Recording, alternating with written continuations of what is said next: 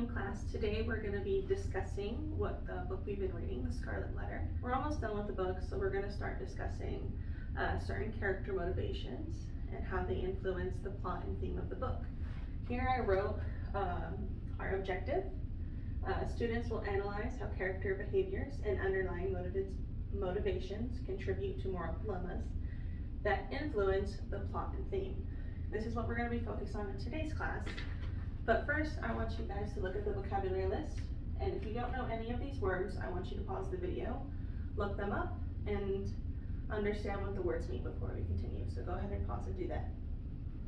The two vocabulary words that I want to focus on for our introduction here are character traits and analyze and analysis.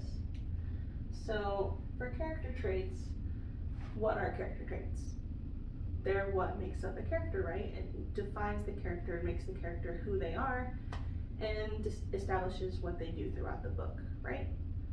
So if you've already looked up the vocabulary words, I want you to continue and take 5 minutes, pause the video, and come up with a few character traits that we can discuss and what usually make up a character. What are some common character traits, maybe some uncommon ones that you've read.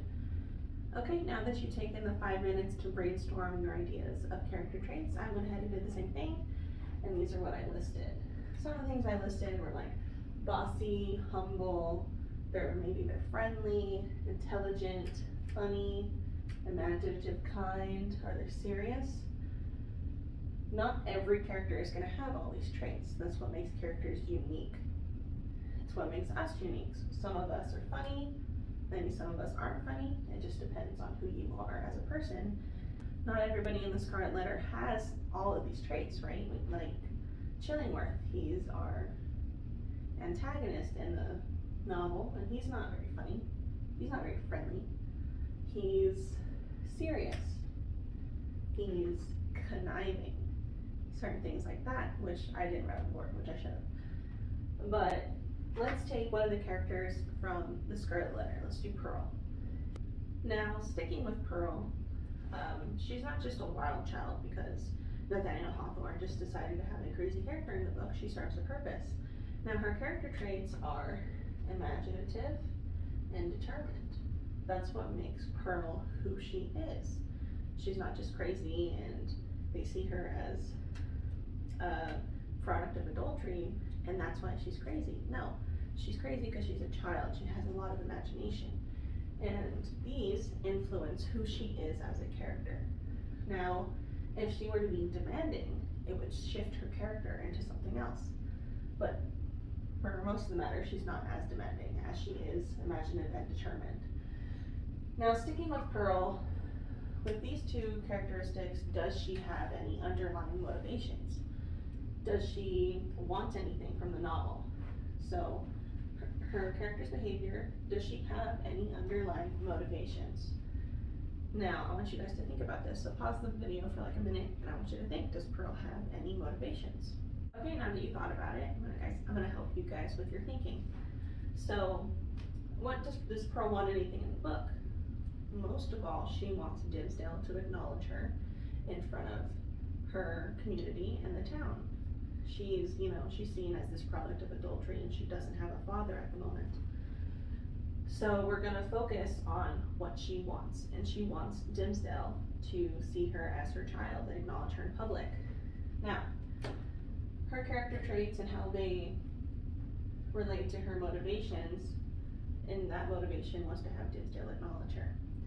But does that cause a moral dilemma? Maybe not in Pearl herself, but in another character. Does it affect anybody else? Her character traits and her motivations, do they cause a moral dilemma in any other characters, such as Dimmesdale? But I don't want you guys to stop your thinking just that, oh, it causes a moral dilemma. How does it affect the plot and theme of the novel? Because everyone's actions cause a reaction and it influences everyone around them. Okay, now we're going to continue on to the assignment for this lesson. So I'm just going to go ahead and let you guys know the format of a dialectical journal. Now you can do this with paper and a pencil if you want to do it the old-fashioned traditional way, or if you feel more comfortable using a computer and a Word document or any other sort of application that you feel comfortable with, you're welcome to do so. It just needs to follow this format that I'm showing to you, okay? So you're gonna put your name, of course. I don't know if it's yours unless your name's there. The title of the work, which would be The Scarlet Letter. Make sure it's italicized as it is a novel. Now there's two sides to this dialectical journal. There's the column on the right and the column on the left. The left column is going to be where you put your either quotation or expert from the novel. It's going to be the evidence that you use, okay? On the left side of the dialectical journal, it's where you put the quotation or the expert of the novel you're working on. For this assignment, I just want you guys to either pick one or two quotations. If you can pick a small quotation and a lot of analysis, that is perfect. If you need a longer quote with as much analysis, that is also okay. You just need to have a quote or expert on this side of the dialectical journal. It's going to be the evidence, and then on the right side is going to be your analysis, the explanation of the evidence. So here's the quote, and this is you talking about the quote. And I chose a quote from chapter 3, so kind of early in the book. Put, "My child must seek a heavenly father, she shall never know an earthly one." Now, if you don't know who said that, Hester said that in the beginning of the novel when they were demanding that they tell her who the father of her child was, and she refused. Now, on this side is my analysis and my explanation. Hester Prym's character is the protagonist of Nathaniel Hawthorne's The Scarlet Letter. Her character represents sin, shame, and forgiveness. In the quote from chapter 3, Hester is defying the elder Puritan members by not revealing who the father of her child is, the man that committed the affair alongside her. Hester is saying that the only father her child will have will be the Heavenly Father, who is God. Hester and the people in her community are Puritans, and they view God as the father of them all. Hester is using her faith in God as a weapon to defend her child, as well as show that even though Hester has committed the sin of adultery, she is repentant and a servant of her Lord. These actions show that Hester has morals such as bravery and responsibility. Hester committed a sin and accepted the punishment for committing those sins. These morals influence the plot and theme of the novel by Hester loving and caring for her child Pearl. Her moral of responsibility and the love she has for her daughter influence her to raise her daughter without the influenced shame of her community. This supports the theme of the novel of Hester and Prym's identity compared to their society's identity. Hester raising Pearl under the influence of love rather than shame allowed for the child to grow and develop her own identity under her Heavenly Father rather than the Puritan society that would view her as a sin. Now, there are 3 key focuses that I want you guys to make sure you include in your analysis. It's very important, because if you just say, oh, the character represents this and they have this motivation, but you do not bring it all around circle and bring it all around to the plot and the theme, then you haven't finished your analysis.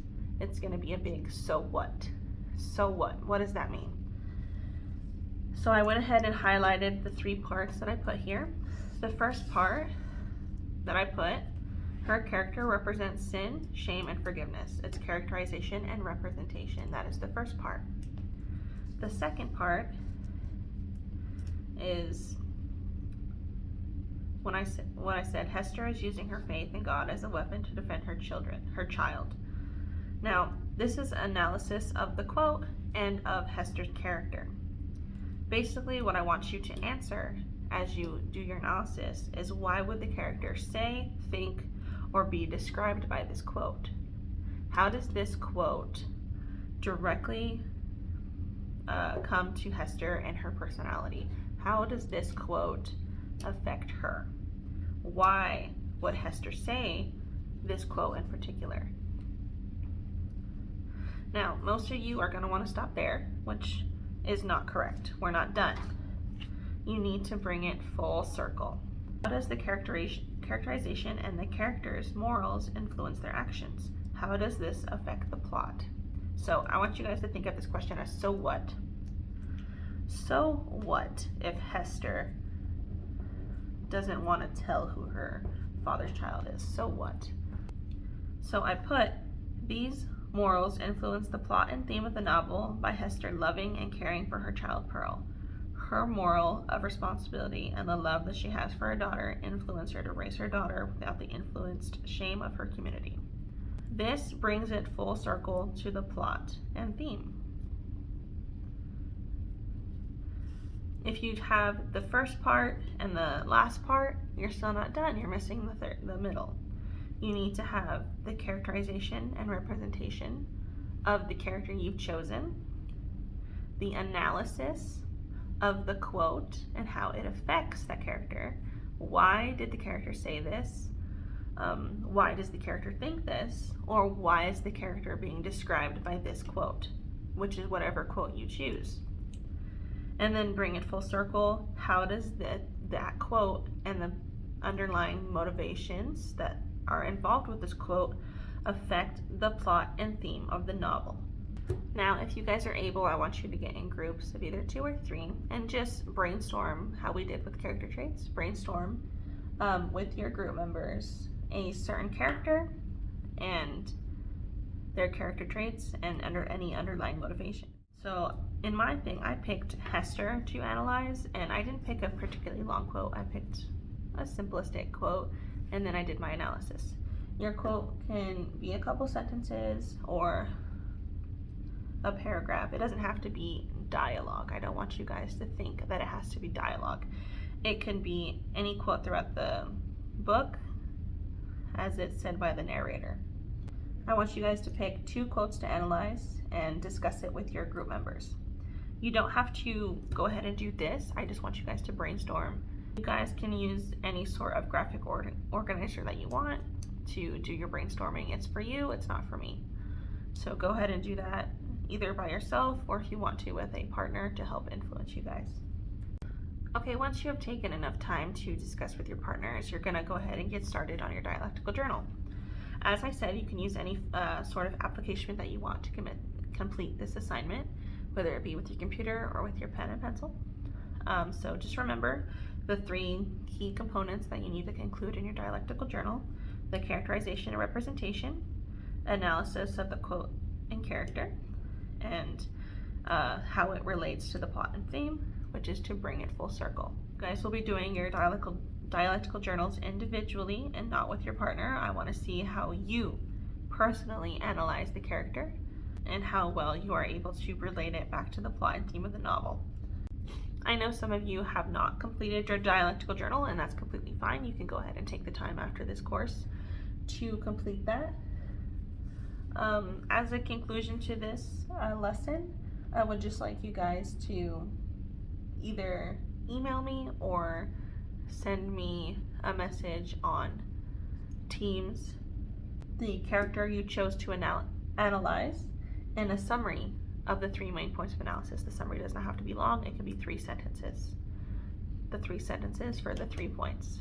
Just give me a brainstorm summarize of what you are planning to write or what you have already written. Now, to help you guys also relate to characterization and how certain characters relate to other characters, I want you to, with the character that you've analyzed or chosen, with the character that you guys have chosen and analyzed, I want you to think of a character outside of the Scarlet Letter. They can be real, they can be fictional, that has similar motivations and character traits.